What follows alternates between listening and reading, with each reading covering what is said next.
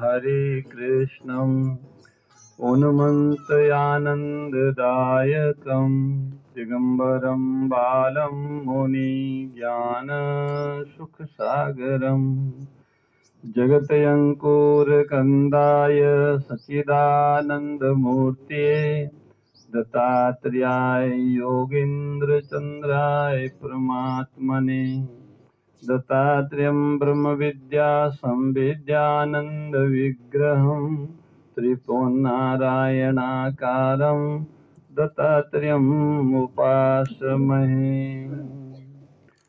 हरि ओम तत्सत् जय गुरुदत्त। हरि ओम तत्सत् जय गुरुदत्त।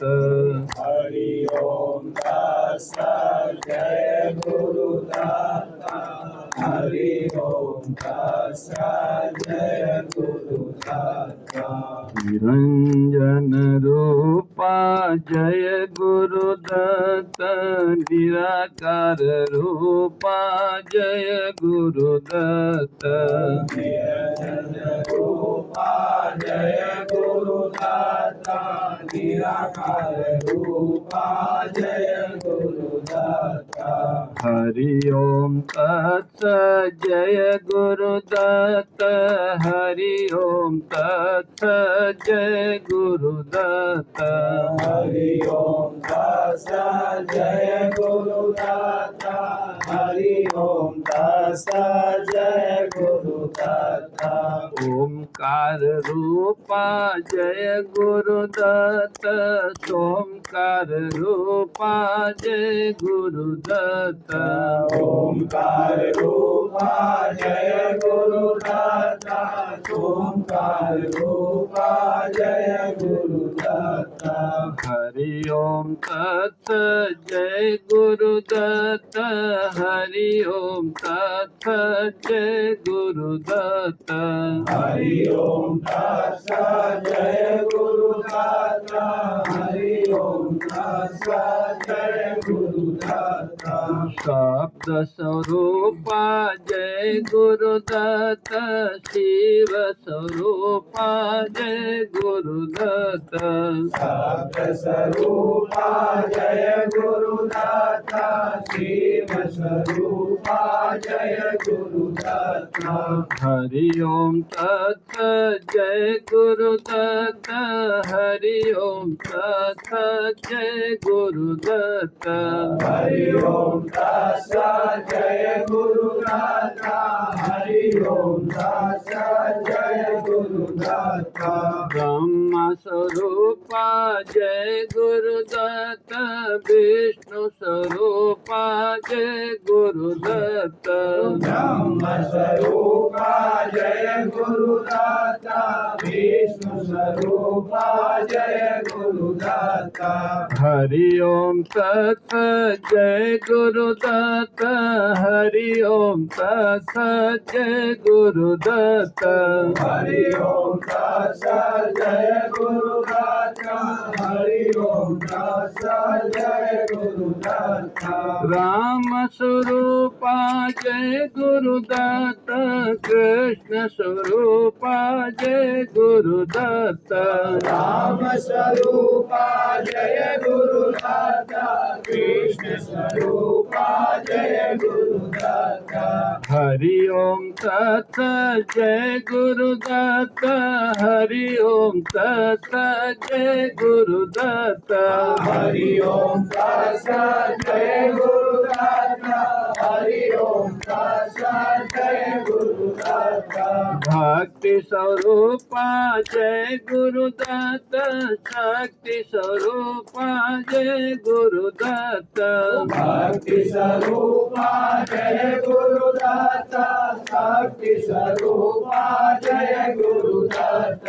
हरि ओम तत्सत जय गुरुदत्त हरि ओम तत्सत जय गुरुदत्त हरि ओम तत्सत् जय गुरुदत्त हरि ओम तत्सत् जय गुरुदत्त सुरभि स्वरूपा जय गुरुदत्त कामधेनु रूपा जय गुरुदत्त सुरभि स्वरूपा जय गुरुदत्त कामधेनु रूपा जय गुरुदत्त हरि ओम तत्सत जय गुरुदत्त हरि ओम तत्सत जय गुरुदत्त हरि ओम तत्सत् जय गुरुदत्त हरि ओम तत्सत् जय गुरुदत्त सिद्ध स्वरूपा जय गुरुदत्त अवधूत रूपा जय गुरुदत्त सिद्ध स्वरूपा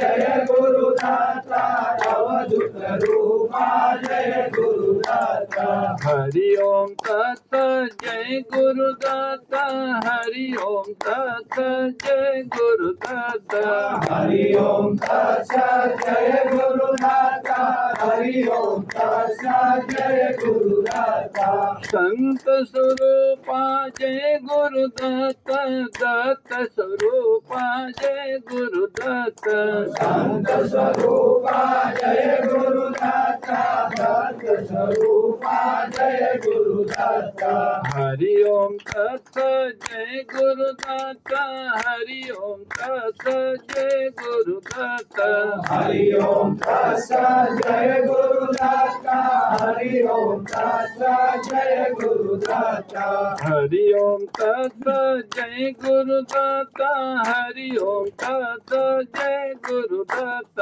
हरि ओम तत्सत् जय गुरुदत्त हरि ओम तत्सत् जय गुरुदत्त हरि ओम तत्सत जय गुरुदत्त हरि ओम तत्सत जय गुरुदत्त हरि ओम तत्सत् जय गुरुदत्त हरि ओम तत्सत् जय गुरुदत्त हरि ओम तत्सत जय गुरुदत्त हरि ओम तत्सत जय गुरुदत्त हरि ओम तत्सत् जय गुरुदत्त हरि ओम तत्सत् जय गुरुदत्त हरि ओम तत्सत जय गुरुदत्त हरि ओम तत्सत जय गुरुदत्त हरि ओम तत्सत् जय गुरुदत्त हरि ओम तत्सत् जय गुरुदत्त हरि ओम तत्सत जय गुरुदत्त हरि ओम तत्सत जय गुरुदत्त हरि ओम तत्सत् जय गुरुदत्त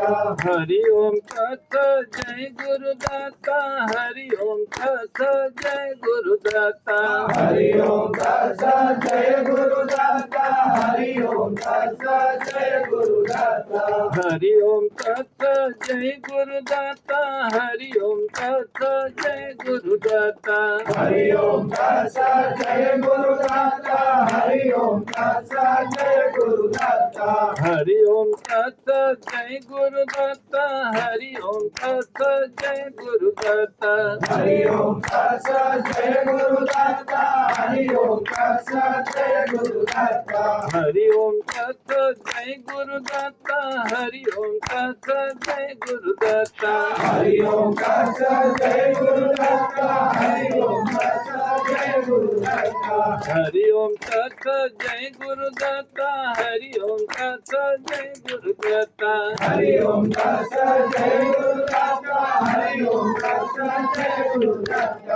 हरि ओम तत्सत् जय गुरुदत्त हरि ओम तत्सत जय गुरुदत्त हरि ओम तत्सत जय गुरुदत्त हरि ओम तत्सत् जय गुरुदत्त हरि ओम तत्सत् जय गुरुदत्त हरि ओम तत्सत जय गुरुदत्त हरि ओम तत्सत जय गुरुदत्त हरि ओम तत्सत जय गुरुदत्त हरि ओम तत्सत जय गुरुदत्त हरि ओम तत्सत जय गुरुदत्त हरि ओम तत्सत जय गुरुदत्त हरि ओम तत्सत जय गुरुदत्त हरि ओम तत्सत जय गुरुदत्त हरि ओम तत्सत जय गुरुदत्त हरि ओम तत्सत जय गुरुदत्त हरि ओम तत्सत जय गुरुदत्त हरि ओम तत्सत जय गुरुदत्त हरि ओम तत्सत जय गुरुदत्त हरि ओम तत्सत जय गुरुदत्त हरि ओम तत्सत जय गुरुदत्त हरि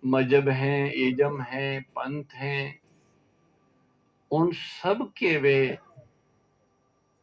गुरु हैं, उन सब के प्रवर्तकों के वे गुरु हैं। वहां भगवान दत्तात्रेय में जाके सारी संप्रदाय, पंथ, मत, इजम सब एक हो जाते हैं। फिर वहां कोई पंथ नहीं रहता।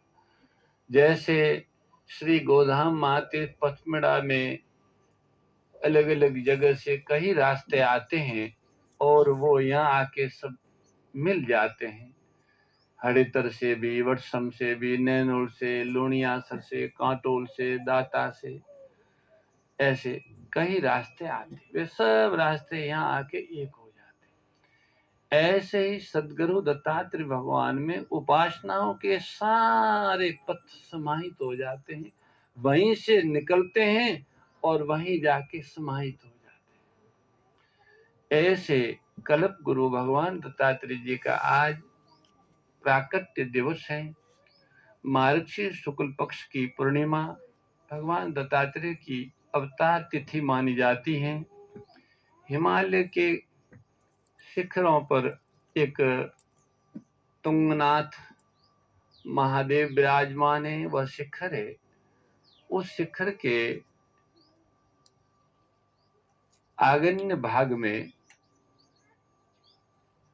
एक अमृत कुंड नाम का जलाशय है, जलप्रपात है, कई मीटर ऊपर से जल गिरता है। उस अमृत कुंड के पास में महर्षि दत्तात्रेय जी की गुफा है। वहां दत्तात्रेय जी महर्षि आत्रेय जी की गुफा है। वहां आत्रेय जी तपश्चर्या करते थे और उसी अमृत कुंड में उन्हें नव नेत्र, नव जीवन सब महासती अनसुया की कृपा से मिला। वहां से थोड़ी दूर पर अनसुया जी की तपस्थली है। उसी जगह पर भगवान दत्तात्रेय जी का अवतार हुआ है। आप में से कुछ सज्जन वहां गए हैं। अभी तो वहां पर श्री गोधाम पथमेड़ा की एक शाखा भी है। हमारा जो गोवत्स ब्रह्मचारी था, भाबर में रहता था, विपिन विनोद, वो अब विपिन बिहारी दास के नाम से वहीं पे गौ सेवा कर रहा है। उनको वहां का दायित्व हम गर्मियों में जाके देखे आए हैं, वो संभाल रहे हैं। वहां आज भी ऐसा लगता है कि भगवान दत्तात्रेय जी गौओं के साथ विचरण करते हैं। इस शरीर को अनायासी अदृश्य शक्तियों वहां ले गई और 2.5 वर्ष तक उस अमृत कुंड के पास वाली गुफा में रखा। उस समय एक महात्मा हमसे कुछ बड़ी आयु के हमारे अभिभावक के रूप में 2.5 वर्ष साथ रहे। हमें दुग्ध भी ला के दे, आओ अंकित पुरी आगे आ जाओ। और वहां उस तरह से यहाँ संतों के पास पता आ जाओ, किनारे किनारे होके। सज्जनों, वैसे तो भगवान दत्तात्रेय जी के बारे में ऐसा कहा जाता है कि वे प्रतिदिन बनारस में स्नान करने जाते हैं। काशी में मणिकर्णिका घाट है, आप कोई गए होंगे। मणिकर्णिका घाट में भगवान के चरणारविंद है। वहां प्रतिदिन भगवान दत्तात्रेय जी पधारते हैं स्नान के लिए। कोल्हापुर में, महाराष्ट्र में कोल्हापुर है, महालक्ष्मी जी का बड़ा स्थान है। वहां भगवान दत्तात्रेय जी प्रतिदिन भिक्षा लेने जाते माँ के पास। और जी जब कोल्हापुर में जब करते और माहौरीपुर में भिक्षा करते, माहौरीपुर में भिक्षा ग्रहण करते हैं। और सह्याद्री पर्वत जो है महाराष्ट्र के, वहां ध्यान करते हैं। गिरनार में, आबू में, यहाँ पर साधकों को सदुपदेश प्रदान करते हैं। और गोधाम पथमेड़ा में सभी को गौ सेवा की प्रेरणा देते हैं। ये प्रतिदिन का कार्य है। ये प्रतिदिन का कार्य, प्रतिदिन आप अनुभव कर सकते हैं कि गोधाम पथमेड़ा में अगर आप 24 घंटा रहेंगे इस श्रद्धा के साथ में कि मुझे सदगुरु भगवान का आदेश प्राप्त हो, तो आपको 8 पहर के अंतर्गत भगवान दत्तात्रेय जी गौ माता के लिए सेवा का एक निर्देश प्रदान करेंगे। शस्त्रों संत और गोभक्त पिछले 30 वर्षों से ये अनुभव कर रहे हैं। अतीत में भी 1857 में और वह जो 18वीं शताब्दी पूरी, उस शताब्दी में भी यहाँ बहुत बड़ा गोरक्षा का अभियान चला। उसमें योगी रतन देव जी यहाँ विराजते थे। उनके मार्गदर्शन में, नेतृत्व में अनेक गोरक्षक वीरों ने गौ माताओं की रक्षा के लिए अपने जीवन को अर्पित किया। उससे पूर्व सन 1200 के आसपास में एक बहुत बड़ा यज्ञ हुआ यहाँ। वह यज्ञ भी गोरक्षा के लिए ही था, गो पुष्टि यज्ञ था। वह 800 वर्ष बाद पुनः हमारे गोलोकवासी पंडित पुखराज जी द्विवेदी के सानिध्य में पुनः यहाँ पर वह 20वीं शताब्दी के अंत में गो पुष्टि महायज्ञ प्रारंभ हुआ। एक दशक के पश्चात हम लोगों ने फिर सुरभि महायज्ञ का अनुष्ठान भगवती की प्रेरणा शुरू किया। ये 1200 की बात है। 1200 से पहले भगवान श्री कृष्ण के अवतार काल में यहाँ एक गोपों के राजा विराजते थे। इसलिए हमारे नंदराम दास जी का तो नाम ही संतों ने गोप राजा कर दिया था।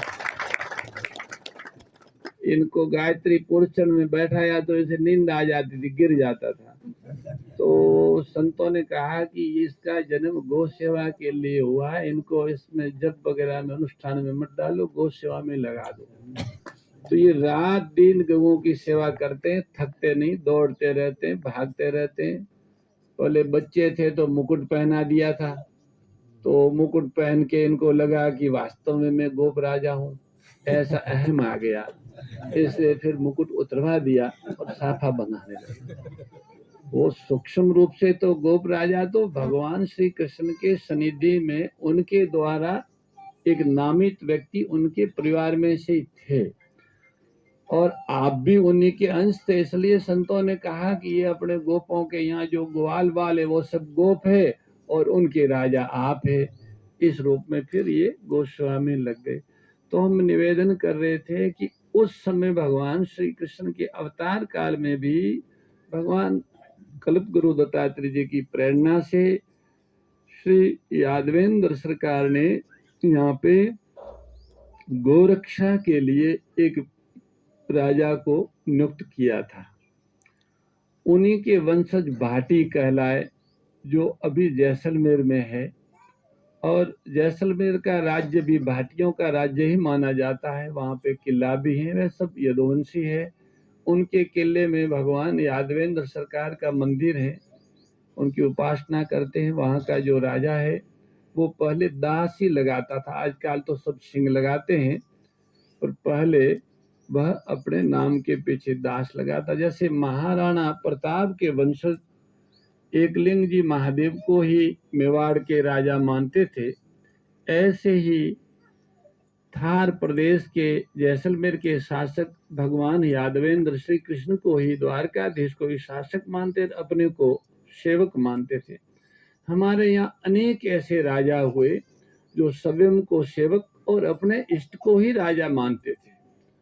भगवान श्री कृष्ण के कुल के आदि पुरुष महाराजा यदु भगवान दत्तात्रेय जी के आशीर्वाद से ही राज्य प्राप्त किए।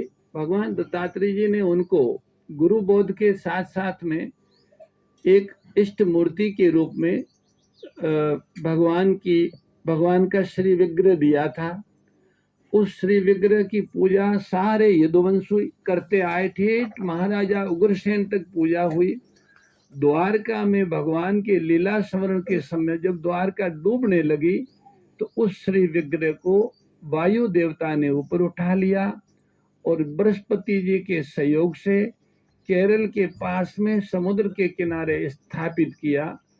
उसका नाम गुरु वायुर है। गुरु नाम बृहस्पति का और वायु और गुरु ने मिलकर स्थापित किया, तो गुरु वायुर भगवान बोलते हैं उनको। वो मूर्ति आज भी केरल में है।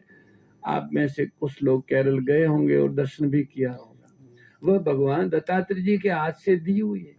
भगवान दत्तात्रेय जी यदुवंश के जो ऋषि हैं अत्रि भगवान, यादवों का गोत्र आत्रेय है, क्योंकि यदु जो चले, यदुवंश चला, वह भगवान दत्तात्रेय जी की कृपा से चला। यदु तो दुखी होके घर छोड़ के निकल गए थे, वो छोटे थे तो पहले राजाओं में होता ही था, छोटे भाई को राज्य नहीं मिलता था, अपमान भी होता था, तो कई जंगल में चले जाते, वो जंगल में रहते थे। वहीं भगवान दत्त के दर्शन हुए।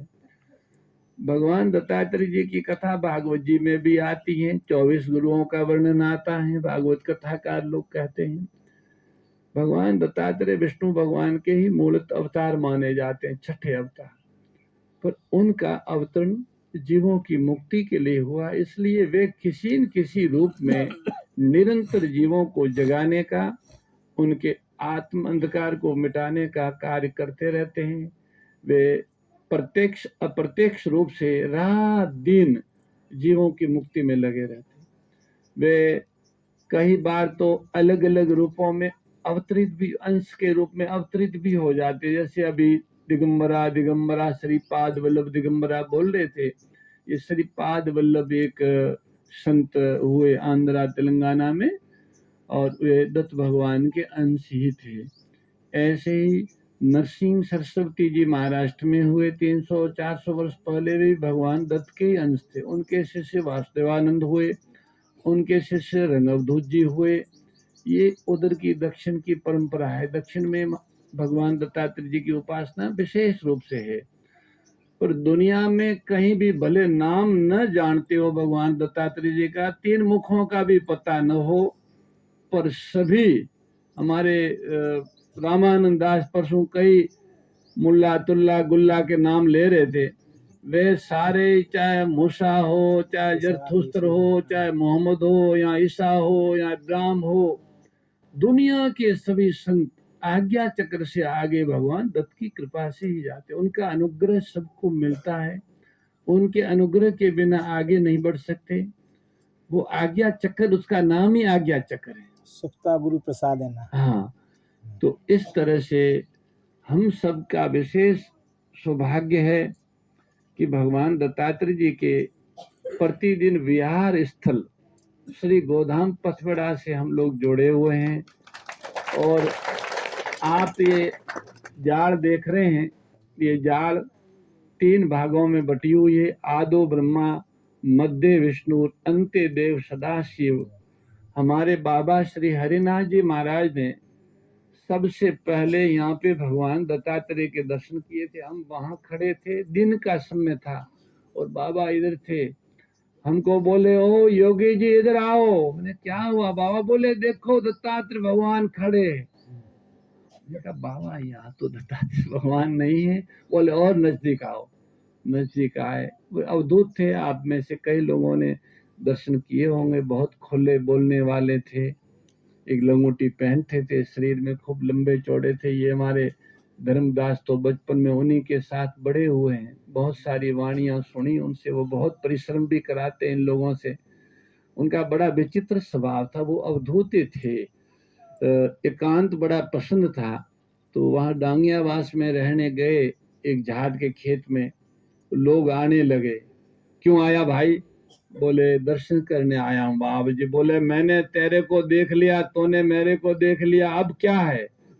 तो बोले अब कोई सेवा बताओ। तो बोले अल्लाह फावड़ा उठा और गड्ढा खोद। तो ये घटित घटना है, मुझे पता नहीं उस आदमी का नाम, अब तो होगा या नहीं होगा। पावड़ा से गड्ढा खोदवाया बेचारे ने। उसने पूछा कितना खोदूं? बोला 1.5 हाथ खोद ले, गहरा 1.5 हाथ चौड़ा।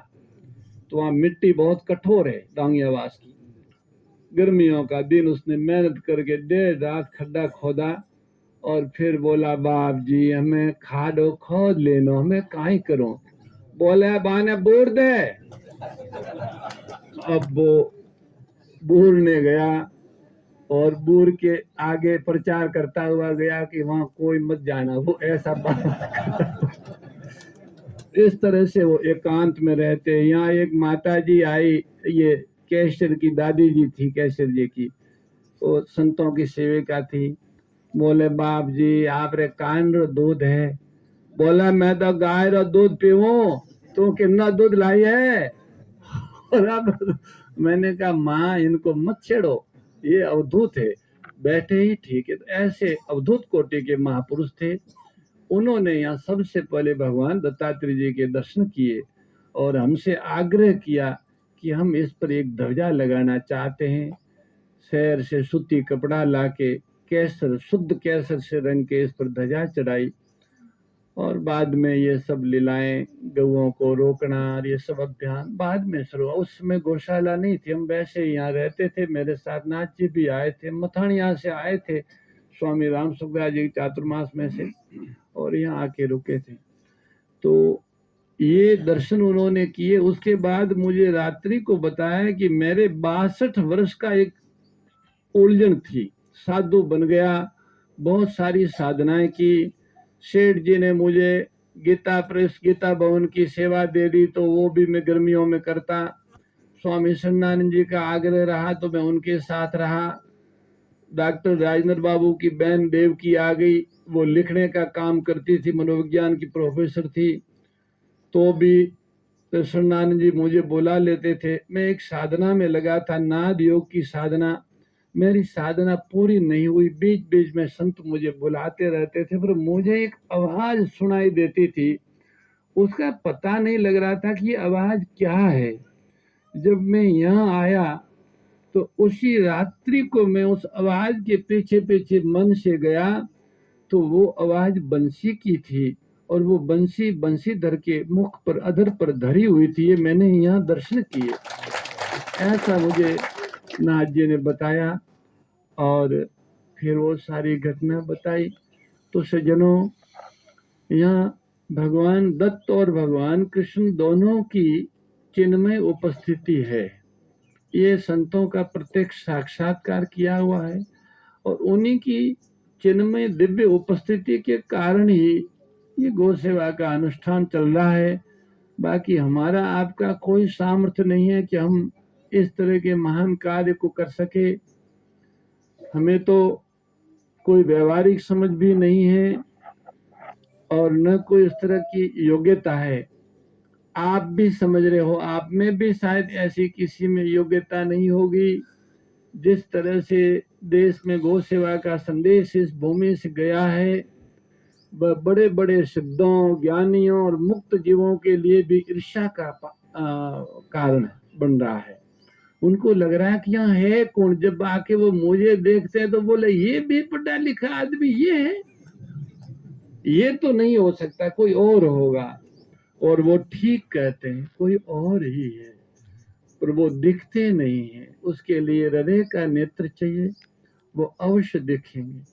उनकी उपस्थिति से अभी कुछ समय पहले लोग बाप जी आए, बोले महाराज हम खूब खिलाते पिलाते गऊओं के, हमने पंखे लगाए, ये किया, पर यहाँ जितनी गायें प्रसन्न और संतुष्ट हैं इतनी वहां नहीं, इसका कारण क्या, क्या खिलाते हैं आप?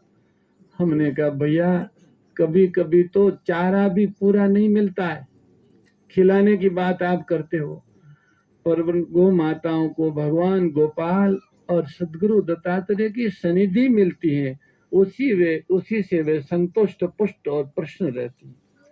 एक भयंकर बाढ़ यहाँ आई, आपने देखा, थोड़ी देर के लिए भगवान ने कहीं इधर उधर दृष्टि डाली तो डालते ही कलयुग ने इस पर दुष्प्रभाव छोड़ा। पर उस बाढ़ के बाद में एक नवीन रूप से गोधाम मातृ पथमड़ा प्रकट हुआ। बाढ़ से पहले 17 से पहले भी देखा होगा और 17 के बाद देखा होगा, स्वरूप बदल गया। 17 से पहले यहाँ बहुत सारे वो जुए हो गए थे, किसी दवाई से नष्ट नहीं हो रहे थे, हम लोग दुखी हो रहे थे, गायों का रक्त पी रहे थे। पर उस बाढ़ में वे सारे राक्षस समाप्त हो गए। आज 5-6 वर्ष हो गए, गायें सुख से बैठ रही हैं, बेचन कर रही। एक बीघा पे 2 से 3 लाख रुपया खर्च करने पर भी वो चिच्चर मिटे नहीं एक बीघा पे। हमने सोच भी लिया कि 3 करोड़ 4 करोड़ 5 करोड़ जो भी हो भीख मांगेंगे, पर जीवों को, इस कीड़ों को तो हटाना, गायों को दुख देते हैं, पर बोले हटे नहीं रहा है। अग्नि जलाई, अलग अलग विज्ञानिक आए, बहुत सारे प्रयोग हुए, भगवान ने वो एक तरह से अवांछित चीज से भी वांछित कार्य हो गया। भगवान की लीला अद्भुत है सज्जनों।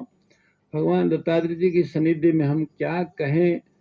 इनकी सनिधि में तो बस शांत और चुप रह के उनकी कृपा का प्रसाद ही अमृत के रूप में पान करना चाहिए। यहाँ उपदेशक और उपदेश ग्रहण करने वाले दोनों ही नहीं है। कौन गुरु कौन चेला, कौन क्षेत्र कौन मेला, कौन तत्व ले रमो अकेला। शब्द गुरु सुरती चेला, त्रिपुटी क्षेत्र उल्टा मेला, निर्वाण तत्व ले रमा अकेला। ऐसी बात है। इसलिए भाई हम तो यही समझते हैं कि चाहे हम साधु हैं या सदग्रस्त हैं, आप सभी हम सब लोग परम सौभाग्यशाली हैं। इस भूमि का स्पर्श और यहाँ रहने का अवसर हमारे जीवन के कल्याण के लिए परम साधन है। मनुष्य के आत्मा के ऊर्ध्व गमन के लिए अनेक प्रकार के योग शास्त्रों में बताए है। भगवान दत्तात्रेय की कृपा से सारे योगों की साधना अपने आप हो जाती है। चाहे वो नाद योग हो, मंत्र योग हो, लय योग हो, हठ योग हो, अष्टांग योग हो, राज योग हो, विवेचन योग हो, ऐसा कोई योग नहीं है जो भगवान दत्तात्रेय जी की कृपा से सिद्ध न होता हो। बिना किए आपको प्रयास नहीं, केवल शरणागत भाव से आप उनका आश्रय ले लें तो आप कहाँ है वहीं से आपको ऊपर उठा लेंगे। शरीर में योग विज्ञान की दृष्टि से 7 ऐसे चेतना के केंद्र हैं, वो बंद पड़े हैं। सदगुरु की कृपा से, उनके स्पर्श से, उनके शक्तिपात से वो केंद्र खोलते हैं और ऊर्जा का ऊर्ध्व गमन होता है तो उन्हें सहज ध्यान लगता है और व्यष्टि चेतना समष्टि चेतना के साथ जाने के लिए यात्रा प्रारंभ करती है। अंतिम चक्र शस्त्रार में पहुंच के उनके साथ एक हो जाती है। मूल चक्र में थिर के कंद, गोंगा चक्र में अगोचर बंद, मणिपुर चक्र में हंस निरोध है, अनध चक्र में मन प्रमोद है, विशुद्ध चक्र में छूटे उपाधि, चंद्र चक्र में लगे समाधि, सठ चक्र का जाने भेव सो आपे करता आपे देव, मन पवना साधो योगी जरा पलटे काया होए निरोगी। भगवान दत्त की कृपा से इस तरह से सारे चक्रों का भेदन और चेतना का ऊर्ध्व गमन होता है और ये सहज होता है। इसके लिए अलग से कोई चेष्टा करने की आवश्यकता नहीं।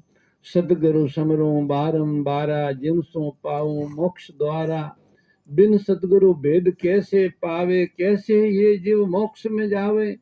सदगुरु हमको भेद बताया, मूल शिखर में बंद लगाया, जिनसों सुरता चढ़ी ऊंची, नवदर सुरत वचन के ताली लागी, इंगला पिंगला सुषमना जागी, शिलघर सूरज सूरजघर चंदा, दोनों मिलकर भया आनंदा, मन बैठो त्रिवेणी साजे, अन्नद बाजा आगे बाजे, भई घन घोर चढ़ी घन ऊंची, 10वें दरवाजे लागी कूची, खुल गया तारा, इस विधि परसा प्राण हमारा, अखंड ज्योति अविनाशी राजा, जन्म मरण का मिट गया काजा, बलहल दामिनी भल के माई, इंद्र घटा ले बैठो ताई, सतगुरु का देश न्यारा, परिचित कोई हरिजन प्यारा, आगम जो कोई बिरला लावे, जन्म मरण में सो नहीं आवे, आगम जो कोई पढ़े प्रभाता, जन्म मरण का प्रायश्चित जाता, आगम जो कोई पढ़े मध्याना, सो सत पावे पद निर्वाणा,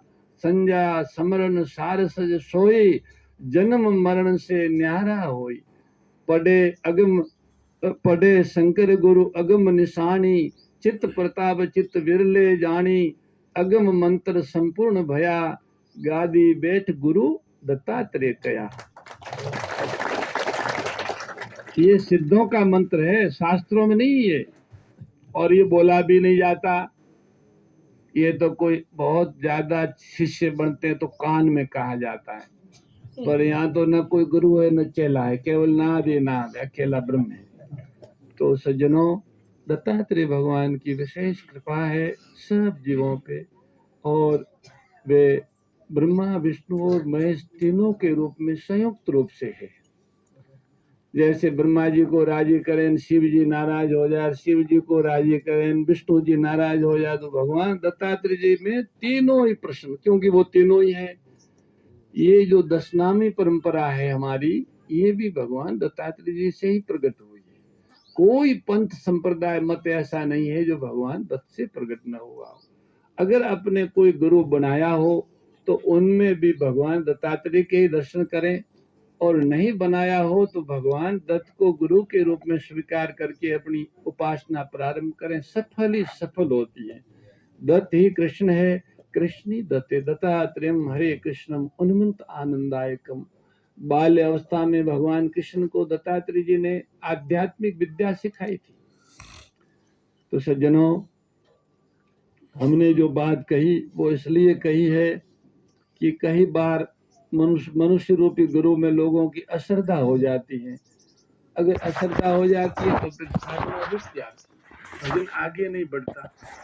इसलिए अपने दीक्षा के रूप में, लोक व्यवहार के रूप में, परंपरा के रूप में अगर किसी मनुष्य विद्वान संत आदि से दीक्षा लें भी, तो भी उनमें भगवान दत्तात्रेय के ही दर्शन करें कि भगवान दत्तात्रेय जी इनको निमित्त बना के मुझे आशीर्वाद प्रदान कर रहे हैं, और भगवान दत्त का ही पूजन करें। उनमें सारे गुरु आ गए, सब विद्याओं के। आपको दुनिया में कोई गुरु मिलेगा तो 1, 2, 3 प्रकार का योग सिखाएगा, और भगवान दत्तात्रेय के पास तो असंख्य योग साधना है, और जितने जीव है उन सभी जीवों के कल्याण के उपाय उनके पास है।